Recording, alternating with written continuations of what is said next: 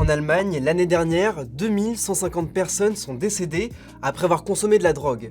Et ce chiffre est juste énorme. Pour donner un ordre d'idée, en France, même si on compte pas pareil entre les deux pays, on serait autour de 700 morts. Surtout qu'en fouillant dans ce rapport du gouvernement allemand, on s'est rendu compte qu'une victime sur 4 avait moins de 30 ans. Et c'est pas tout, c'est aussi chez les jeunes que la mortalité a le plus augmenté ces dernières années. Chez les moins de 20 ans, elle a presque doublé depuis le début de la pandémie de coronavirus. Mais alors, pourquoi autant de décès et surtout pourquoi autant de jeunes? Bref, pourquoi de plus en plus de jeunes meurent à cause de la drogue?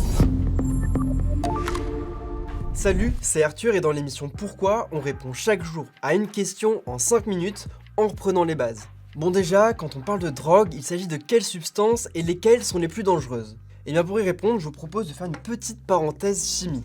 Alors d'abord, il faut savoir qu'il y a pas mal de drogues qui sont faites à partir de plantes. Par exemple, avec ces célèbres feuilles, je pense que vous le savez, mais on fabrique du cannabis. Avec ces graines, celles du pavot, on peut fabriquer de l'héroïne. Et enfin, dernier exemple, ça, c'est des feuilles de coca.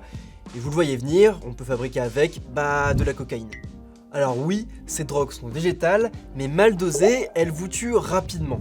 Sauf qu'aujourd'hui, de plus en plus de ces drogues végétales sont mélangées à des substances chimiques. Résultat, un produit plus puissant et donc plus dangereux. Par exemple, les nitazènes de la famille des opioïdes, ils sont 500 fois plus forts que l'héroïne. Et ouais, rien que ça.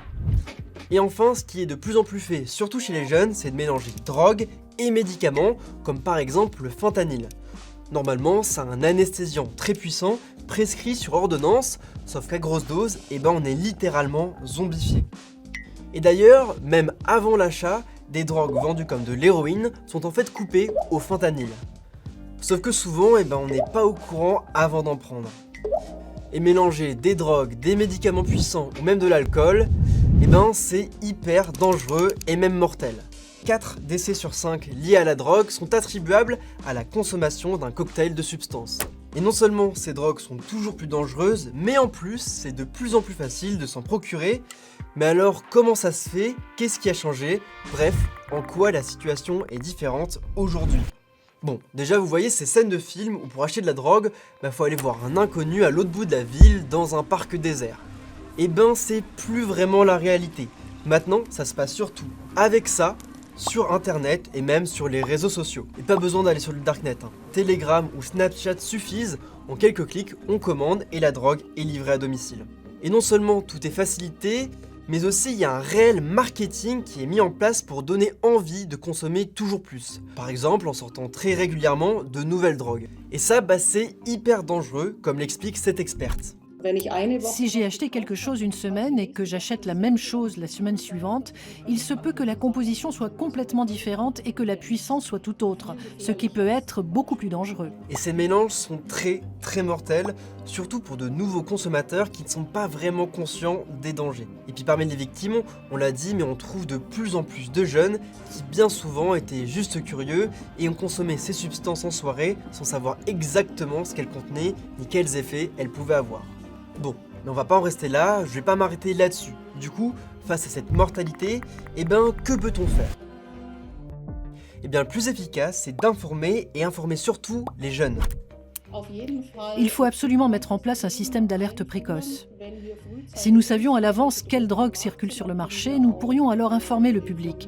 Il faut proposer des services de contrôle des drogues à l'échelle nationale. Ces contrôles, sans trop chercher, on les trouve quasiment à chaque festival et même dans de plus en plus de boîtes de nuit. Et non, vous n'allez pas vous faire arrêter au moment de ces tests, vous inquiétez pas, c'est safe. Allez, on récapitule.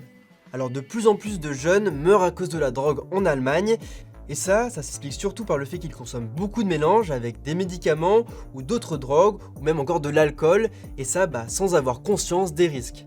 Et puis aussi, aujourd'hui, ces drogues sont accessibles en quelques clics sur internet et sur les réseaux sociaux. Dessus, les drogues sont banalisées comme si on achetait n'importe quoi, des vêtements ou même de la nourriture.